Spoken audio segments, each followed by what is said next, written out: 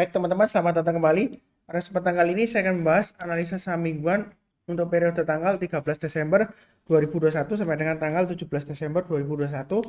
Jadi untuk kali ini saya akan bahas 6 saham ya. Saya mulai langsung dengan yang pertama adalah Mika atau Rumah Sakit Mitra Keluarga Karya Sehat Tbk. Jadi kalau kita lihat ini dari weekly chartnya ya, memang kalau kita lihat ini memang untuk Mika ini dia sideways ya, sideways range-nya sudah saya pernah bahas, dia di area kurang lebih 2150 sampai dengan 2440 itu resistennya. Nah, kalau yang sudah punya jangan lupa pasang trailing stop ya. Nah, di sini kalau dia sudah berhasil breakout ke atas 2440 ya, kalau mau tambah lagi silahkan tambah lagi. Memang sebelumnya di sini ya, kalau kita lihat high-nya di 2450, kemudian dia gagal, dia cenderung sideways, kemudian dia turun lagi balik lagi ke area sekitar supportnya ya dekat di 2150 ya. Jadi kalau sebenarnya kalau naik ke atas 2440 kalau kita buy sebenarnya sih nggak salah ya. Kita jangan terlalu anggapan oh ini sangat sebentar sebelumnya kan gagal. Oh pasti kali ini gagal, belum tentu ya. Karena kalau kita lihat di sini ya, kalau dia sudah berhasil breakout, dia lancar ke atas, dia malah naiknya tinggi ya, seperti itu ya. Jadi kita jangan terlalu takut. Kalau naik ke atas 2440 kita tambah lagi target price berikutnya di 2690 dan 2950. Ya itu untuk Mika ya. Jadi memang masih sideways, ini kesempatan baik kalau mau beli ya tunggu aja sekitar kalau dia berhasil breakout 2440 atau pakai acuan swing high di sini 2450 boleh ya. Jadi naik ke atas 2450 baik, target berikutnya di 290. Itu kalau dari weekly chartnya support resistennya. Kalau memakai acuan daily ya ini kurang lebih sama. Di sini ada resistennya 2450. Karena dia dekat resistennya, kalau kita beli, nah itu ada dua pilihan. Tunggu buy on weakness lagi di area 2200 ya kalau dia misalnya koreksi, atau di 2270 kalau dia berhasil rebound barusan kita beli ya. Kalau belum berhasil rebound kita jangan beli. Jadi buy on weakness itu kalau turun koreksi misalnya turun ke 2270 atau 2200, kita belinya kalau dia berhasil rebound atau mantul ke atas 2200 atau 2270 ya, tergantung nanti di mana posisinya, itu barusan kita buy. Atau sekalian kalau dia breakout kemana ke atas 2450, dia breakout ke atas, kita buy. Kalau sudah punya tambah lagi boleh ya, naik ke atas 2510 tambah lagi, naik ke atas 2590 tambah lagi, dan seterusnya. Jadi untuk Mika ini terus terang saya masih hold ya. Memang sebelumnya sempat naik tinggi turun ya ini ya, saya belum jual ya. Karena saya yakin ini masih sideways, nggak lama lagi harusnya sih sampai dengan tahun depan dia berhasil breakout ke atas ya. Seperti itu ya, saya percaya dia akan masih mampu breakout. Jadi memang harus sabar, fokus, dan disiplin, itu kata kuncinya ya. Kalau sudah punya ya jangan lupa garis-garis itu saya berikan untuk trailing stop dan stop lossnya 2400 dan 2350 ya, seperti itu ya. Kalau dia naik lagi ya perusahaan tambah lagi ya. Jadi jangan terlalu takut, oh naik Pak Sunar breakout, tapi takut ini ada resisten. Kita jangan terlalu kaku resisten ya. Resisten jangan sampai kita tahu ini dekat resisten terus kita takut kalau dia breakout, takut beli ya. Nanti turun lagi. Ya nggak pasti ya. Ya kalau turun lagi, ya kalau naik ya kan rugi kan kita kan. Seperti itu kalau kita nggak mau kejar lagi atau buy up atau tambah lagi ya. Kalau misalnya dia breakout ya tambah lagi, masih cukup bagus. Memang di sini masalahnya ini volumenya cenderung menurun ya. Uh, ya mudah-mudahan aja ketika dia breakout dia naik lagi volumenya. Wah, banyak yang beli juga ya. Harapannya saya seperti itu. Uh, Terus terang aja harapan saya ke Mika sih masih ada potensial lah ya. 1 minggu sampai 2 minggu depan mudah-mudahan dia berhasil breakout. Saya yakin kalau dia breakout paling tidak ini 2680 dikasih lah ya. Seperti itu ya.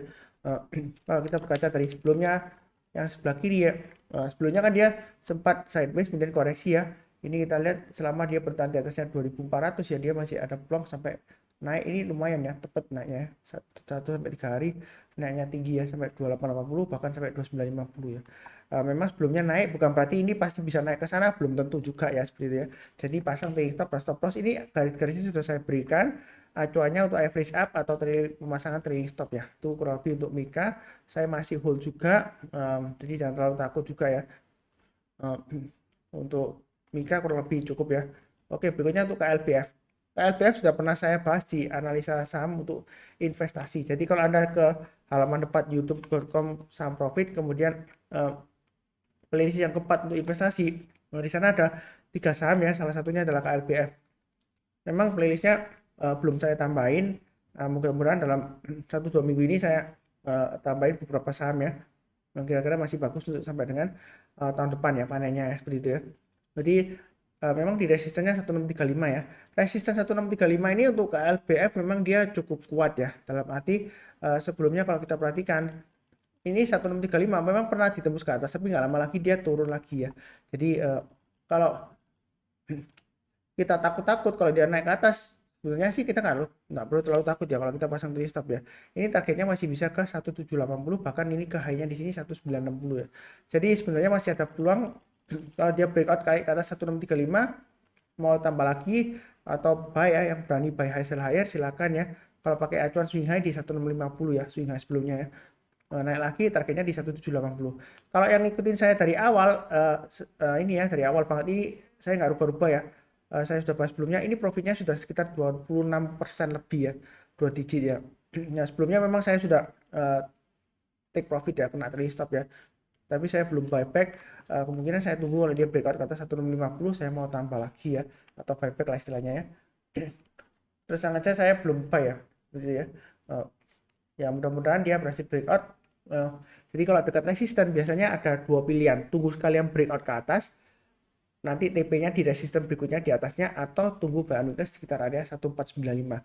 Artinya buy on weakness kalau dia koreksi, kita belinya kalau dia berhasil rebound ke atas 1495 ya, seperti itu ya. Kalau belum rebound ya kita jangan beli dulu. Itu kalau dari weekly-nya. Kalau dari daily-nya kalau kita perhatikan area buy on weakness sekitar area 1540, ini area buy on weakness-nya. Kalau dia misalnya koreksi turun di bawahnya 1540, kita belinya kalau dia berhasil naik ke atas 1540 buy, naik ke atas 1580 tambah lagi dan seterusnya. Atau kalau mau buy sekarang boleh pasang stop loss-nya di 1580 dan 1540. Ya selama di atas 1540 dia masih ada peluang untuk breakout naik ke atas 1635 dengan targetnya 1695 ya, yang terdekatnya ya. Yang mudah-mudahan dikasih sampai area yang di sini ya. Ini pernah ekor panjang ke atas sampai dengan 1960 ya. Ya seperti itu ya. Jadi kalau lihat dari monthly-nya ini yang menarik juga ya. Kalau dia berhasil breakout dari area konsolidasinya lama ya. Ini saya sudah pernah bahas KLBF yang ngikutin saya channelnya saya dari awal ya. Ini sideways-nya memang lama, tapi bukan berarti kalau dia breakout ke atas dia bakalan turun lagi, belum tentu ya. Kalau dia breakout ke atas mungkin aja dia bisa naik lagi sampai 2400, bisa aja ya seperti itu ya. Kalau sideways lama ya kan, bukan berarti kalau kena resisten dia bakalan turun, enggak ya. Tapi bukan berarti ya pasti breakout ke atas, enggak, belum tentu juga ya. Ya kurang lebih seperti itu. Berikutnya untuk Cepin ya, Rowan Pokhan Indonesia ya, begitu ya. Jadi kalau kita lihat Cepin ini sebenarnya dia sudah breakdown supportnya ya sebelumnya ya, 6100 ya. Kalau di weekly-nya di 6025. Tapi di sini saya lihat sih kalau dia berhasil naik lagi ke atas 6025, sebenarnya ada peluang ya. Tapi perlu diingat juga kalau beli sih jangan terlalu banyak, karena sebelumnya dia 2 minggu yang lalu dan 3 minggu yang lalu sempat naik kemudian dia gagal ya. Tapi yang menarik di sini kan dia penutupannya sudah di atas 6025. Jadi masih ada peluang untuk naik. Kalau mau buy silakan. Naiknya target berikutnya di 6350 dan 6700 itu untuk Cepin ya. Memang laporan keuangan terakhir dia kurang bagus ya. Tapi saya fokusnya di pergerakan harganya. Kalau area baru saya sebutkan di 6175 ya. Mau buy sekarang boleh atau tunggu kalau sekalian breakout ke atas 6175 buy, naik ke atas 6300 tambah lagi, naik ke atas 6400 tambah lagi ya. Target berikutnya di 6650 sampai 6750. Itu kurang lebih area Fibonacci retracement 50%-nya. Jadi terus terang untuk Cepin ini dia kalau saya tarik Fibonacci retracement-nya ya, Fibonacci retracement 1,8% kan di area sekitar 6475 ya. Nah, dia masih di bawahnya. Jadi memang masih boleh dikatakan dia bearish ya, downtrend ya. Dia sideways di bawah ya. Tapi kalau saya bilang sih ini masih downtrend ya, karena masih di bawahnya Fibonacci retracement 1,8%. Memang ini konsolidasi ya. Ya mudah-mudahan aja kalau dia breakout, paling tidak kalau dia breakout ke atas 6100 lah, kalau mau lebih cepat curi start ya. Naik ke atas 6100 buy, naik ke atas 6175 tambah lagi dan seterusnya ya. Ikutin aja garis-garis yang sudah saya berikan. Kalau naik lagi tambah lagi ya, seperti itu ya. Saya rasa sih 1-2 minggu depan masih ada peluang untuk naik ya, seperti itu. Mudah-mudahan sukses ke 6700 paling enggak ya. Oke, berikutnya untuk LSIP. Jadi setelah naik, ini kan koreksi ya. Sebelumnya saya sudah lumayan profitnya ya di LSIP ya. Jadi di sini dia sudah berhasil naik lagi ke atas 1220. Saya sudah pernah sebutkan kalau dia berhasil naik lagi dan bertahan di atas 1220, kalau mau buy silakan ya. Jadi target berikutnya di 1420 dan 1490. Memang ini jangka pendeknya dia kondisinya masih downtrend ya. Setelah dia sebelumnya naik kemudian sideways testing area resisten ya, dia gagal turun ya. Nah, di sini cukup menarik candlenya ya. Kalau di sini pipe bottom ya, kalau kita bicara mengenai chart patternnya Thomas Bulkowski ya, ini pipe bottom. Nah, di sini selama dia bertahan di atas 120 mau buy on mudah silakan ya. Target berikutnya 1420 itu untuk support resistennya untuk weekly-nya. Untuk daily-nya sudah saya gambarkan 1185. Jadi begitu dia koreksi di bawah 1185, kalau dia berhasil rebound, bisa kita beli ya, naik ke atas 1240 tambah lagi. Kalau breakout ke atas 1275, mau tambah lagi silakan, atau yang belum punya naik ke atas 1275 tambah lagi atau buy ya. Maksudnya yang belum punya buy, yang sudah punya mau tambah lagi silakan ya. Atau tunggu di area 1185. Artinya kalau tunggu di sana, kalau dia koreksi kita belinya kalau sudah berhasil rebound atau mantul. Bukan berarti turun ke 1185 langsung beli. Ya itu namanya tangkap pisau jatuh ya, karena arahnya ini masih ke bawah ya. Jangka pendeknya masih ke bawah. Ya seperti itu ya. Mudah-mudahan aja dia breakout ke atas 1275. Kalau mau tambah lagi naik ke atas 1350 tambah lagi ya. Naik ke atas 1420 tambah lagi, breakout ke atas 1500 ya, peluangnya masih bisa ke 1560, 1600, masih lumayan jauh ya seperti itu. Nah, apakah bisa sampai 3150? Kemungkinan selalu ada ya. Apalagi kalau mengingat harga komoditasnya masih cukup bagus ya seperti itu ya. Mudah-mudahan aja dia sukses naik ke atas, kurang lebih cukup ya untuk LSIB. Berikutnya untuk MAPI ya, Mitra Adi Perkasa Tbk. Jadi ini setelah dia koreksi, ini garis-garisnya sudah saya berikan, naik ke atas 730 kan, ini supportnya sebelumnya ya, dia berhasil naik. Jadi selama berada di atas 730 dia masih ada potensial untuk breakout ke atas 800. Yang sudah punya kalau mau buy silakan, tapi jangan terlalu banyak dulu ya. Nanti naik ke atas 800 tambah lagi target price berikutnya di 885. Ini support resistance-nya untuk weekly-nya ya. Jadi memang agak jauh. Kalau sudah punya pasang stop loss-nya di 730, maksimum di area low-nya 2 minggu yang lalu kan low-nya di 700 ya. Jadi selama di atas 700 masih cukup bagus lah potensialnya. Tapi kalau stop loss-nya di 700, harga sekarang kan 775, berarti kan agak jauh stop loss-nya ya. Ya mungkin dibagi 2, 730, turun bagi 730, jual dulu sebagian, turun bagi 700, jual dulu semuanya.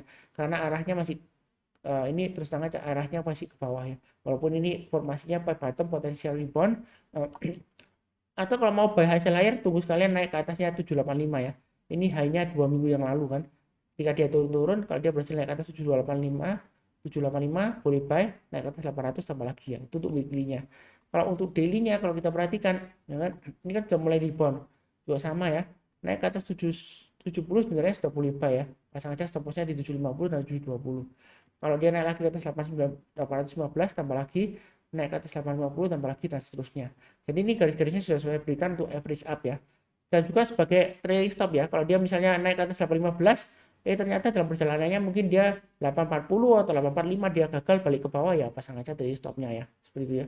Jadi fungsinya ganda, kurang lebih cukup lah ya untuk MAPI ya. Nggak banyak. Memang bisnisnya sebelumnya kan lesu, tapi harusnya ada pemulihan ya. Tapi maksud saya masih agak susah ya seperti saya. Jadi jangan terlalu agresif ya untuk MAPI ya. Kita fokusnya juga tetap di pergerakan harganya ya, teknikalnya. Kurang lebih cukup. Berikutnya untuk SMRA. Ini weekly chart-nya atau grafik mingguannya untuk SMRA. Memang di sini 3 minggu yang lalu dia turunnya tiba-tiba dalam ya. Kemudian dia naik lagi ke atas 80. Jadi kalau kita perhatikan dia sudah naik ke atas, kemudian koreksi lama dia turun ya. Kalau dia berhasil rebound lagi naik ke atas 860, ini kemungkinan besar dia masih bisa breakout ke atas 945 dengan target price-nya 1000 dan testing area 1040 di sini ya. Kalau kita lihat high-nya di sini sekitar 1036, something ya. Ini sebelum dia aksi korporasi ya, right issue sebelumnya ya. Jadi untuk SMRA ini sebenarnya sih masih ada potensial ya. Jadi selama di atas 80 masih cukup bagus. Kalau dia naik lagi ke atas 945 ya boleh tambah lagi boleh ya. Target berikutnya di 1000 dan 1040 lah. Itu untuk weekly-nya, support resistance-nya. Kalau untuk harian memang di sini area barunya sudah saya sebutkan 910 ya. Ya kan? Naik ke atas 910. Sebenarnya saya sebutkan dua ya. Di sini dan di sini. Ini kan kalau kita perhatikan ini kan dia memang sempat rebound tapi kan dia turun lagi. Penutupannya kan di bawah. Jangan harusnya belum buy. Nah, buy berikutnya untuk buy weakness itu di area 825 ya. Harusnya yang rajin ngikutin channel saya dia sudah buy weakness di sini ya, pasang automatic order buy ya. Nah, dia kalau naik lagi ke atas 910 boleh tambah lagi. Berikutnya checkpointnya di 945 ya. Targetnya memang sekitar 980 ya. Mudah-mudahan dia berhasil breakout ke atas 980 dengan targetnya 1035. Nah, yang sudah punya pasang aja trailing stopnya atau stop lossnya di 875 dan 840 ya. Selama di atas 840 menurut saya sih masih ada potensial ya itu untuk SMRA. Memang properti memang masih belum benar-benar jos naik gitu ya. Tapi kalau kita lihat di sini ini area 825 selama di atasnya dia masih ada potensial untuk breakout sampai kurang lebih 945 lah. Jadi ini ke 945 masih ada targetnya ya. Mau buy sekarang boleh tapi jangan terlalu banyak ya, karena ini resistennya sebelumnya gagal ya, dan dia cenderung testing supportnya 875. Kalau dia gagal bertahan di atas 875 ya, kalau kita perhatikan ya, ini kan dia naik kemudian dia gagal ya, ini turunnya lumayan dalam, bisa ke 800 aja, makanya dia saya kasih gambar area sekitar 825 sampai 810 ya, ini ya, area baru weakness-nya. Kalau dia rebound barusan kita beli, karena sebelumnya ini kan dia dari atas ya turun, dia berusaha rebound. Nah, ini dia kebentur 875 ya, dia gagal, dia turun lagi.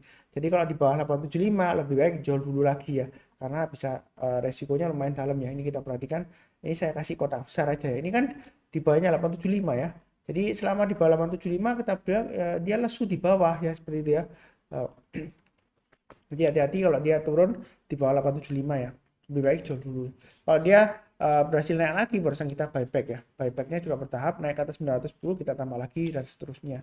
Ya kurang lebih seperti itu. Cukup ya. Ini sudah saya bahas 6 saham. Jangan lupa cek playlistnya ya untuk analisa saham mingguan untuk periode 13 Desember 2021 sampai dengan 17 Desember 2021 ya. Untuk minggu ini jadi yang barusan join jangan lupa subscribe, bantu like ya, nyalakan lonceng notifikasinya. Kalau ada saran atau pertanyaan atau komentar silahkan tulis di kolom komentar. Kemudian seperti biasanya ya, saya doakan selalu salam sehat selalu, damai dan sejahtera ya. Jadi itu saja, amin, terima kasih banyak.